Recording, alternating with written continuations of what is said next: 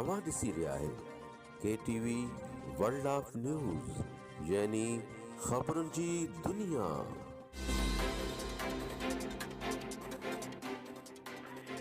हींअर पेश आहे लखी गुलाम शाह मां अब्दुल गनी भयो जी रिपोर्ट।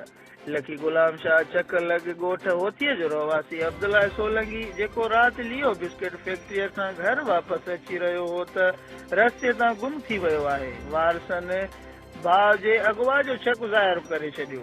मुगवी अब्दुल्ला सोलंगीअ जे भाउ मीडिया सां ॻाल्हाईंदे चयो त असां इंतिहाई ग़रीब ऐं मिसकिन आहियूं। असां IG Sindh DIG लाड़काणू SSP Shikarpur ऐं कानून लागू कंदड़ बाला ऑफिसरनि खे अपील था कयूं त असांजो भाउ मुगवी अब्दुल्ला सोलंगी जल्द वापसि कराए ॾिनो वञे। जॾहिं त मुगवीअ जे वारसनि सखर शिकारपुर रोड ते मुगवीअ जे बाज़ियाबीअ लाइ धरणो पिणु हयो। ख़बरुनि जी दुनिया।